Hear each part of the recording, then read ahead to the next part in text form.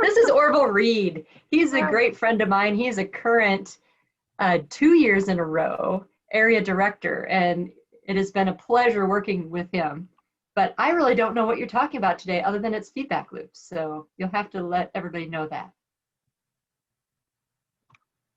Yeah, thank you very much. Good afternoon, everyone. I'm trying to share my screen. Okay, I can see your screen. There you go. There you go. Let me get to my presenters view as I start. All right, so good afternoon, everyone. Welcome to this session. We're going to be looking at positive feedback loops, excellence, and goal attainment. And in terms of what we'll be covering, it's a bit of using PowerPoint presentation. There is a group assignment for 20 minutes in the middle of the presentation, and you'll give me some feedback on that. We'll have some discussions, and then we will take it from there. I want your cooperation, and I'm going to ask you to keep I want your participation as well. Keep your comments to less than 1 minute and allow others to contribute. And if you can, please grab a pen and paper or a writing implement, or if you want to use a tablet or something that you can use during your group assignment. Let's begin by taking a snapshot of recent national accomplishments that occurred in the midst of a crisis. SpaceX successfully took astronauts to the International Space Station. NASA landed a rover on Mars, and Zoom attained 300 million users. Toastmasters have a noble mission for the clubs and excellent tools and leadership to help members achieve the mission. And the 4 new clubs that were charted in 2020 during the pandemic proves this fact. Notwithstanding, our district struggles to maintain its district status due to club closures. Many of our clubs have precariously low membership, and marketing efforts have produced mixed results. And some of these challenges predated the pandemic. I know of a club in my area that had pathways adoption problems, and eventually that club is either closed or on the brink of closure. Nonetheless, in the midst of challenges, there is opportunity. And it is for this reason that I've decided to do this presentation on feedback loops. You may ask, why feedback loops? My answer is due to their wide applicability and use in every discipline. It's my attempt to apply a proven tool to our Toastmaster challenges and to encourage and empower club officers and members to act towards addressing these challenges. My question for you, and I want someone to answer this, what is a feedback loop? We could just get one answer just to see what their thoughts are.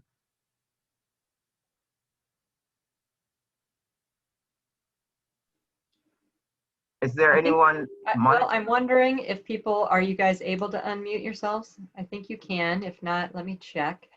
Maybe. I was going to type it. Okay, perfect. I was going to type it in the chat, but to me, a feedback loop is receiving some type of suggestion, using that suggestion the next time, and continuing to just modify whatever it is you're working on, whatever you're getting the feedback on. Excellent. Excellent. So for a more sort of formal definition, this we have is a process in which the outputs of a system are circled back, just as you said, and used as inputs. So imagine that you have a restaurant franchise and you install a suggestion box in which customers and employees place their suggestions. If you take some of these suggestions and use them to improve your service, then this is an example of a feedback loop. In a physical production facility, such as a manufacturing plant, the inputs would be the raw materials. That's the input side of the feedback loop process, the raw materials going into the factory. And the process would be what the combining of the materials or the parts in some way. And the output would be the final product, which are to be delivered to the customers. The feedback would be the comments from customers about their satisfaction or dissatisfaction with the product. And based on customer feedback, the manufacturers would modify the raw materials and the process used so as to improve the quality of the products made. And you can see this nice little diagram here of an automated assembly line where we have inputs coming from the left and bottom of the screen, and the automated arms are moving, assembling and moving them to the output, which is to the top left hand of the screen. So what are positive and negative feedback loops? When we present a speech project, for example, positive feedback occurs if we are commended or congratulated for something that we did well. When your evaluator says great vocal variety, a positive feedback loop occurs when we use this feedback to build on our effectively what is our strengths. Negative feedback occurs when we are critiqued for something we did not do so well. So if the grammarian says you used 20 arms in your speech today, the negative feedback loop occurs when we reduce the number of things for which we were criticized the next time around that we give a speech. So let us play a numbers game. I am going to write a number on my paper here. And I want a volunteer to tell me what number I have written on the paper. You will get multiple opportunities to tell me what number I've written down. I will tell you whether to go higher or lower. Ready? Who's gonna play?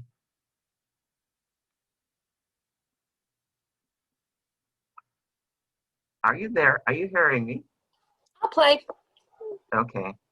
Go ahead. I have a number written down. If you go ahead and tell me what number do you think I've written down? 52. Higher. 79. Higher. 183. Higher still. 754. That's way too high. Lower. 600. Much lower. 400. Much lower. 300. Lower still. 200. Too low.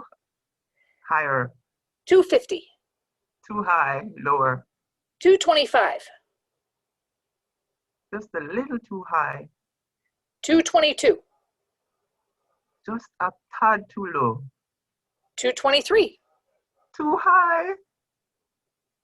223 is too high. 222 is too low. Sorry, 222 is too high. Sorry, made a mistake there. 222. 221. Exactly, that's 221. I probably misled you with one of those responses.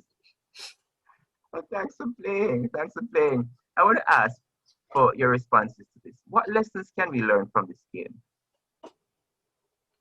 that we just played? So for me, I mean, it was just constant feedback as far as too high, too low, or getting warmer, getting colder, that game as well. Yeah. Oh, I think maybe her original assumption was that it was a number under 100, but you didn't say that. So right. Then she went way high to see if it was over 1,000. Any other comments about what the lessons that we can learn from this?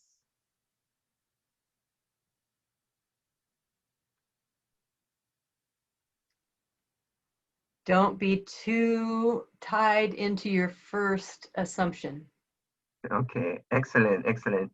I think there are lots of lessons we can learn from it. And one of them is that when we note the feedback and apply it to our future attempts, as she did, as you saw, she did that, and apply it to our future attempts, it takes us ever closer to our goal. And if we have a large enough number of adjusted attempts, meaning adjusted by the feedback that we have been given, we're likely to attain our goal. Also, that we need to be systematic in our efforts to attain our goal, because if we do not have a standardized process for the thing that we're doing or how we're doing things, then we will be all over the place. Each attempt that we make maybe just miles apart without zeroing in or honing in on the goal that we're trying to get to. And it also says that once we are getting and using feedback, we are likely to be improving our output. Now, feedback loops are used in scientific research and to train artificial intelligence agents. And these products, these are resource-intensive processes where hundreds of thousands of data input points are used to teach, say, a driverless car to drive. And with adequate time, resources, feedback loops can be used to overcome practically any challenge that exists. Would you agree with that, or do you have any different view?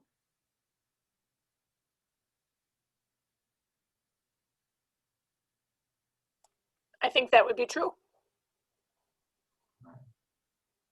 Excellent. Now, given that feedback loops can be used to solve nearly any challenge, why do we continue having mixed results with some of our major club challenges, in some of our clubs at least? That's a question for you to try to give a response to.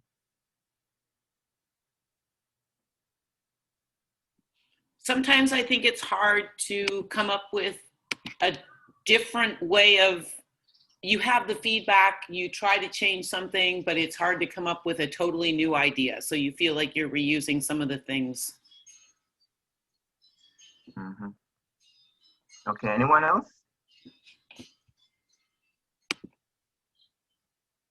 I think it's an interesting time we're in because I'm involved in other organizations and they're struggling with their membership as well. Yeah.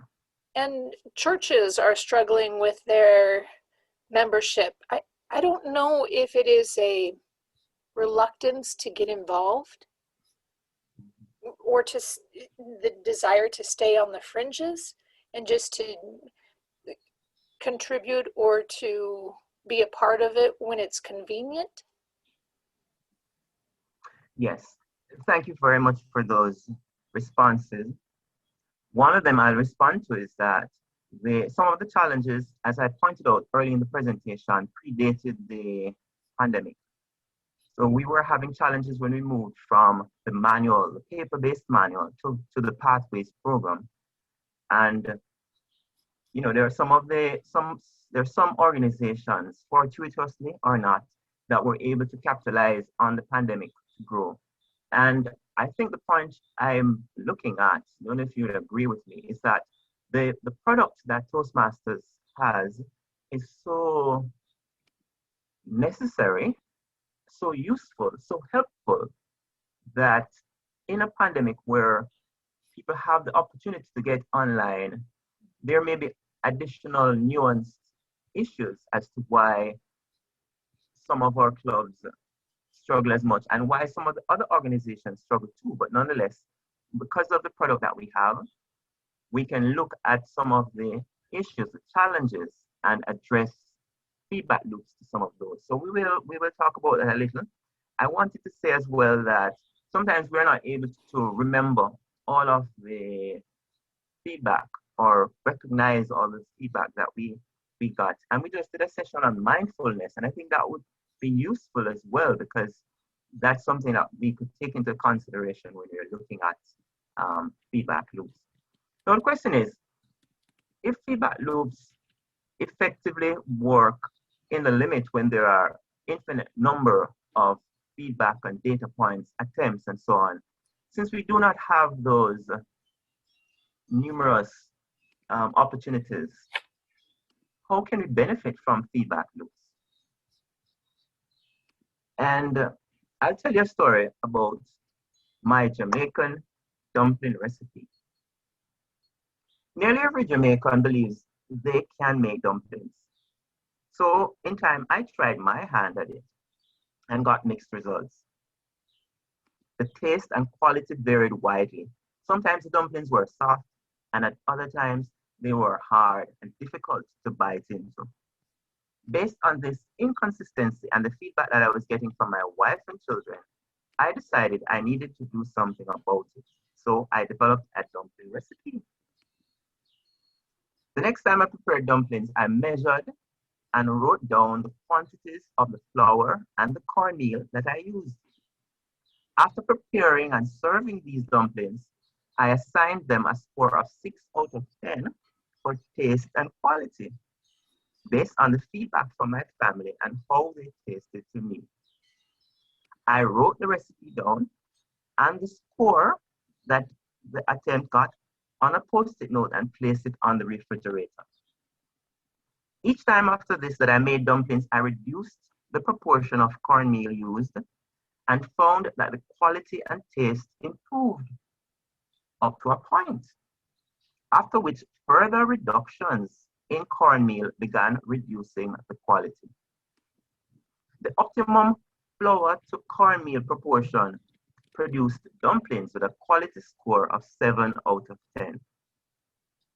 Later, I discovered that in order to further improve the score, I needed to make adjustments to the other components of the recipe, such as the amount of salt and water used and the actual process of kneading the dumplings. After each adjustment, I assigned a quality score and recorded the quantities and mixing process.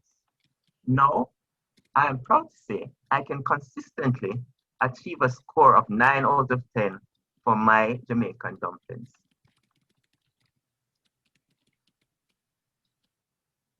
So we see how we can apply feedback loops to improve the quality and consistency of dumplings. Could we apply this to our club meetings, which we have at least 20 opportunities per year to work on?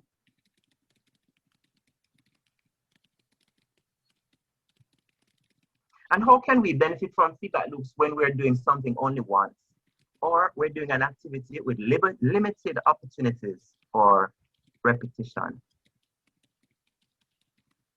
Is there anyone who wants to try to take on this question? How can we, when we're doing something that, because with the issue of making dumplings, there are a number of opportunities that I have had to do this. But what about when we are doing something like we're doing a club contest and it's our first attempt at doing it? How do we do that? Anyone wants to try that? I would say you look at something similar or ask someone who has done something similar.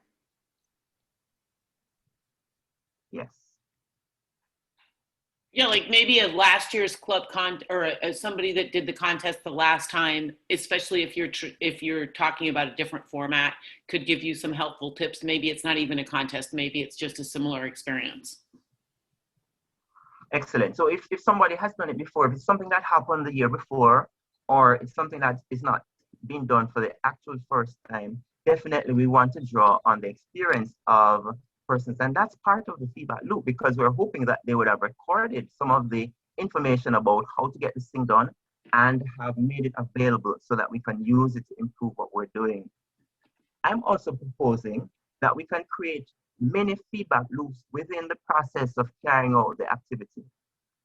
So if we identify the steps within the process, the steps which are critical to the success of the process, and we use those, apply feedback to each. Say, for instance, when I'm writing my speech project, doing a speech project, we have made, let's say we're doing research, we're going to write, we're going to rehearse, and then we have our speech presentation as shown on the slide here. Then each of these steps, we can apply a feedback loop to. So what I would do when I write the speech, I will read it to someone and allow them to give me their feedback. A friend, I'll call a friend on the phone, and when they give me the feedback, then I'll make that adjustment in order to, before I move on to rehearsing the speech or internalizing the speech for the presentation. I'm thinking that we can apply this approach to some of the things that we're doing for the first time. And how we would do it is that we need to create internal deadlines for each step so that we can complete the step before the time that we set. So we can get the feedback and then make the adjustments to the step that we have made. So what we want to be able to do, it's almost like doing some kind of a science experiment, but of course, it's with limited opportunities for repetition. So we want to create a hypothesis, which is an assumption about the problem.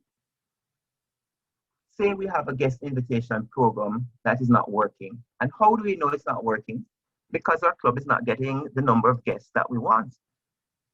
We may hypothesize that the club members are not very good at marketing. They're not very good marketers. So we want to propose a solution.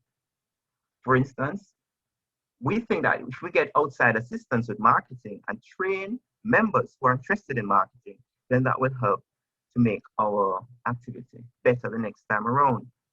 And recently, for Area 21, we had an expose, Toastmaster expose, in collaboration with the Siouxland Chamber of Commerce. It happened on Wednesday of this week. And we did a number of this. We tried to use some of these steps in it to see what we could get out of it. Eventually, it happened, and we had 6 guests attending. Many of them expressed interest in learning more about Toastmasters and potentially joining the club. So after creating the hypothesis, one of them that I said was that I think that members are not as good at marketing, at using word of mouth to get the word out as we want them to be, because if they are, then maybe it's a pandemic or something, but we're not getting the kind of response that we want.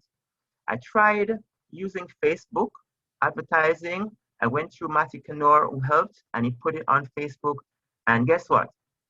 We did not get any responses from the Facebook ads.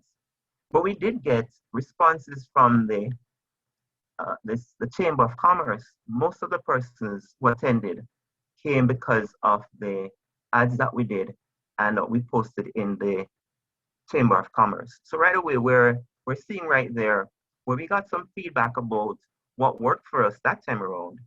And, you know, maybe the next time around, we'll have to improve the other marketing efforts that we had, or we can lean more on organizations such as the Chamber of Commerce.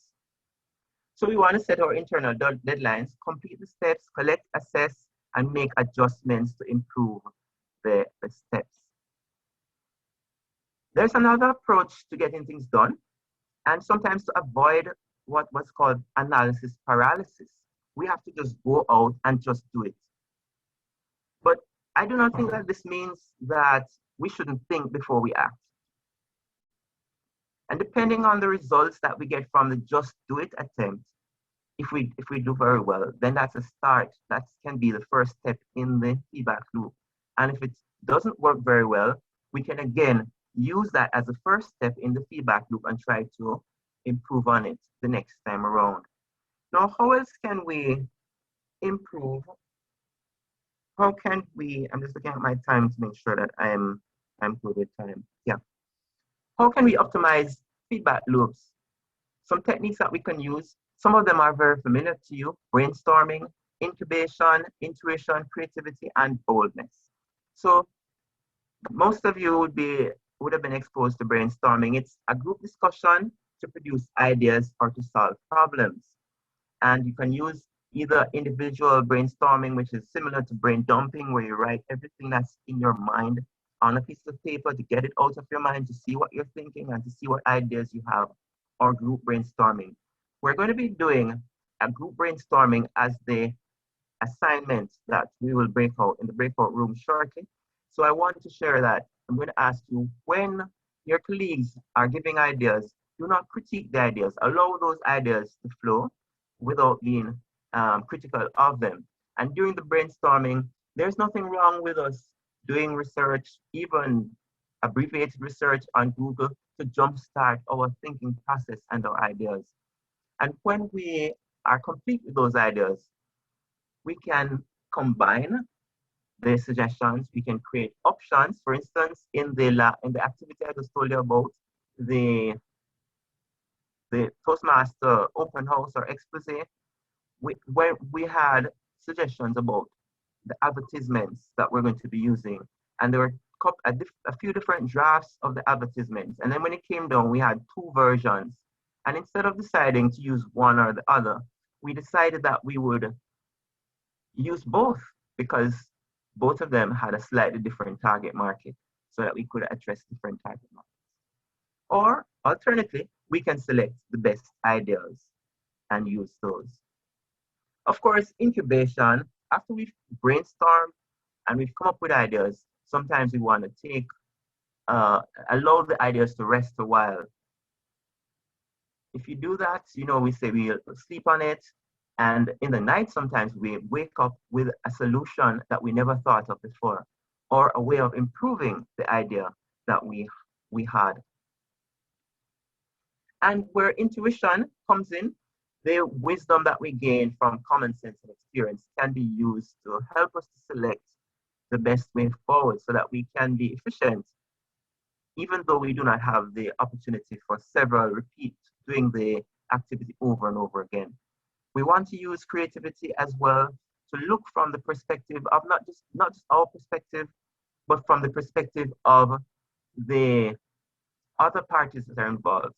If we're having a membership drive and we're having issues with we need to think about from the perspective of our members. What are they thinking? What are the ideas that they have? How can they come in, despite the fact that we may want it done one way, we may think that this is the best way for it to be done, they may have other ideas. Boldness, of course, escaping our comfort zone, taking on challenges, not backing away. One of the things that has helped me along my journey in Toastmasters is that I decided that I was not going to say no. Whenever I had an opportunity, I would say yes. And that gave me a lot of opportunities that I could take advantage of. So in coming up with our ideas, we have to be bold, we have to think outside of the box, which are some of the terms that we use. And the suggestion we heard earlier about how do we get these ideas. Sometimes we have to go off the chart and try something quite different from what we have tried before. I don't know, is it a chat? There's some questions or comments in the chat, because I'm seeing something flashing on my screen, but I cannot see it. Nope, we're good. Okay. All right, so personal reflection.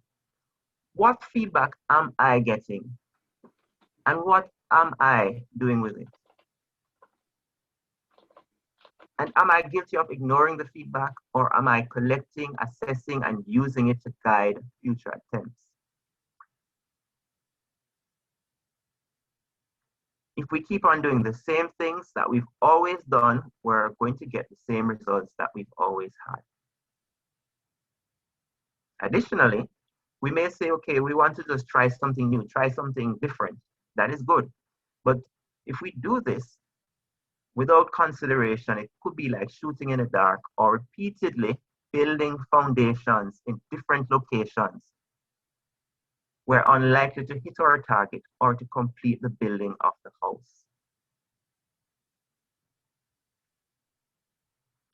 We're going to break for the breakout room. We're going to do the breakout room shortly, but I just want any comments, questions, feedback at this point.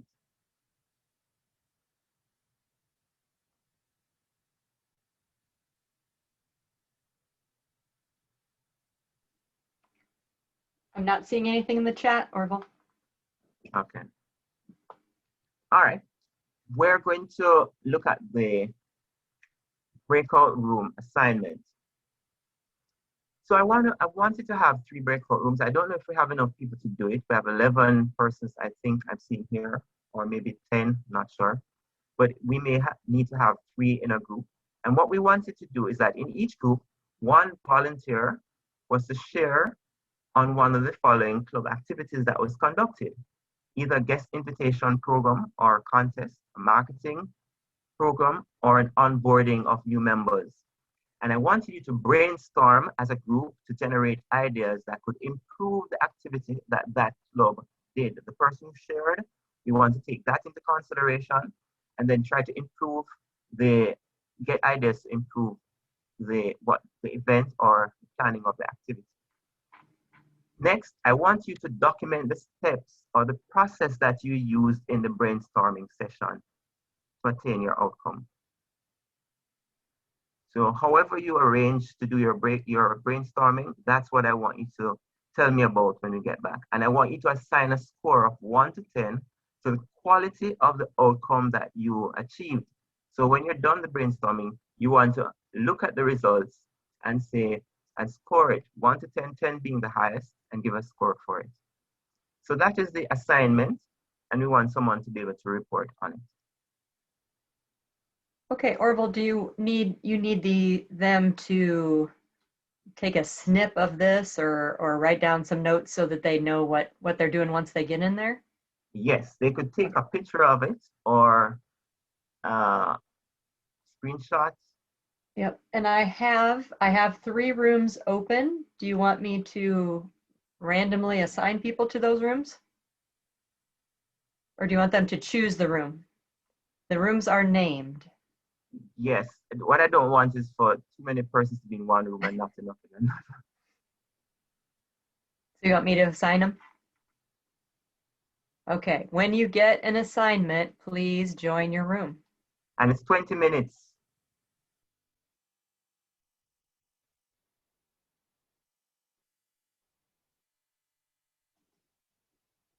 Hello, Orville, are you back?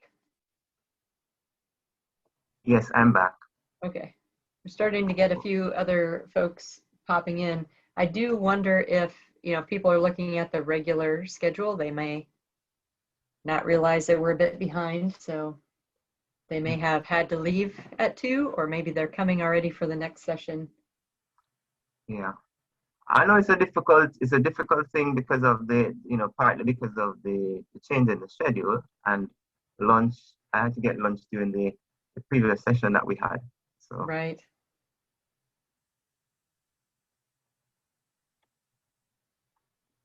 Yeah, we've got about 7 minutes scheduled okay. in this session. All right, so let's move on then. People are here. For the people who are here, we got to do this for them. Okay. Okay, so the assignment results for this is really to describe, there are 2 parts, to describe the process that was used in the brainstorming session and the score that was assigned for the quality of the outcome. Now, I'm going to change it just a little, just to get your real feedback about the process, the feedback loop process that I'm putting forward. What do you think about it? What do you think I could have done or should do differently to, make it more effective for you? Or just candid feedback. I just want to get a little feedback right here because of where we are and the number of people we have in the session. Well, what we're seeing right now is your notes. So you might want to click on you're seeing the notes. Slideshow. You're seeing the slideshow and the notes? Yep. Okay, and you've been seeing that right through? No, just now after you came back on. Okay. First time we were seeing just the slideshow as you would have intended. Okay, yeah. Let me try and share. Let's see. Okay. There we go. I'm not seeing my presenter view.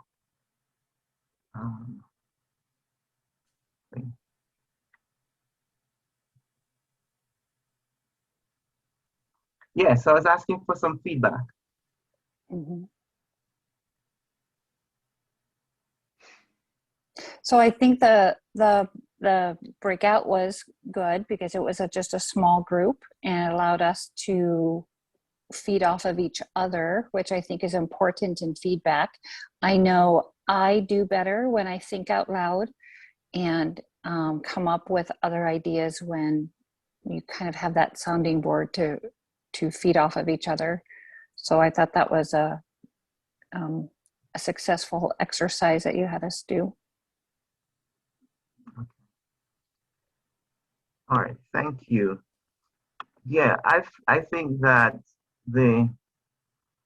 the approach of, there are different people have different approaches about how they go about getting that improvement. And we heard from Terry today during her presentation when she talked about Kaizen, the Japanese approach to incremental improvement, which is one way to get to where we want to go.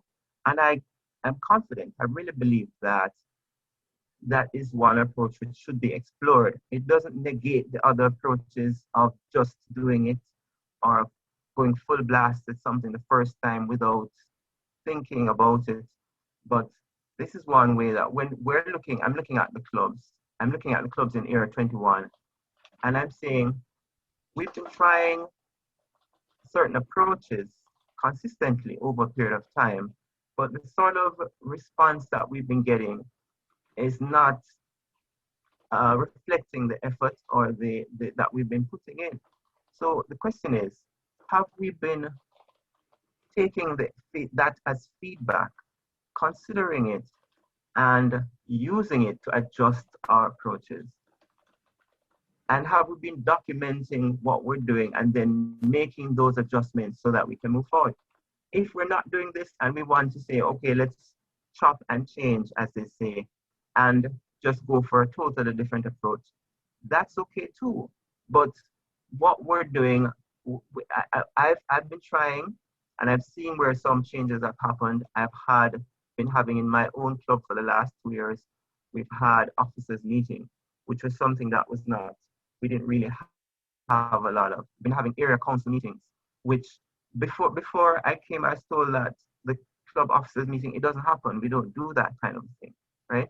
So there are a number of changes that I try to do, and I've been seeing where there have been results from it, but I've seen as well in some of the clubs where, say, Whitmasters has practically closed, and the persons there were experienced Toastmasters, distinguished Toastmasters in some cases, but they were having certain challenges and not knowing how to work their way out of it. So it's that kind of thing that I was taking into consideration when looking at feedback loops and seeing how we could use this to improve what we were doing.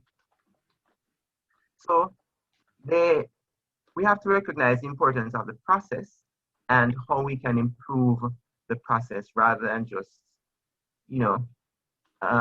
ignoring it or not recognizing that it's there, being mindful of it and using it to improve as we go. I did have some brainstorm that I had from a personal brainstorm, which I'd written down here. We don't have the time to actually go through them because I see we just have a minute left. But if we think of some of the things that I had, having a table topics guest invitation pitch practice as table topics, having a minute new member minute or minute, a new member recruitment minutes in our meeting. These are just some suggestions that came to me as I thought about it for this presentation. Of course, the onboarding process involved creating a checklist and making sure that the new member and the sponsor and the VPE has it, and that these, just as we do in our normal workplaces, that we can check all those things as we go along. And then the marketing, of course, we wanted to make it more data-driven and do it from a professional approach, because sometimes we use a professional approach in our workplaces, but when it comes to Toastmasters, in some of the clubs that I've experienced, not so much. And of course, the challenge for us is, again, what feedback have we been getting to our efforts? How have we been using this feedback to lead us to excellence and to attain our goals, both in our clubs and in our personal and professional life?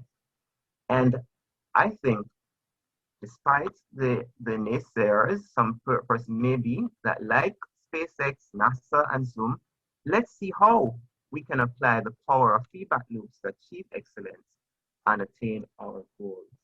And I want to thank you very much for participating, those of you who stuck around, and for attending, and our Zoom Master, Kerry, for being faithful and helping us out.